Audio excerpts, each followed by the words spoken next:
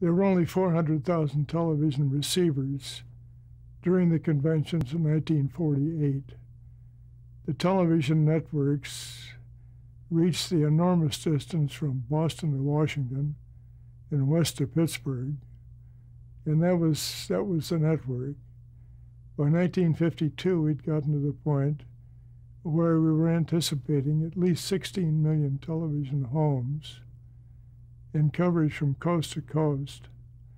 Not complete coverage, because there were many communities that did not have television broadcast facilities because of the freeze, which had not been lifted until a year earlier, and there had not been time for the whole process of applying for a license and going from there to winning a license and ordering equipment, installing equipment, hiring personnel.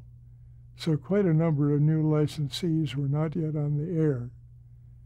But we did have enough to deliver the 16 to 17 million viewers that we'd been anticipating. What was the impact of your coverage, do you think, on the political parties and the political process?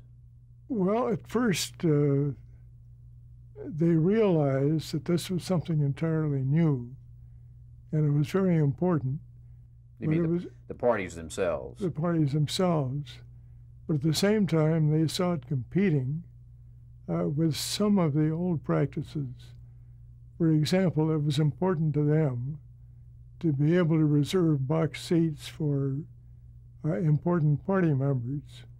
If we took their box seats, any of them, it reduced the number of seats that would be available for them to take care of their good friends and supporters. The same with the program.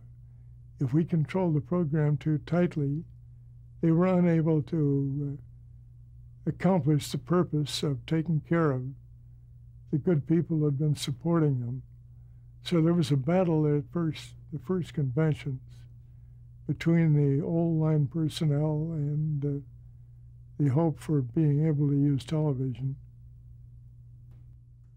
Well, how did the coverage of the convention change the way these parties acted at the convention, do you think? Were they aware, did it change their behavior at all? You know, they changed. One thing, for example, that had been done, there was no control on the length of the demonstrations for candidates. They finally put in controls after the first time. They didn't enforce them completely, but instead of limitless demonstrations, they tried to hold them to about 20 minutes. Another one, the first time they did, was poll the delegations. If, for example, one of the members of the delegation decided he wanted each person in the delegation to commit himself to his vote, he'd ask for a poll, and then each person would have to vote individually and privately. This, of course, was slow and tedious and held back the process rapidly. Those were two examples of the types of things they changed in order to make the show better for television.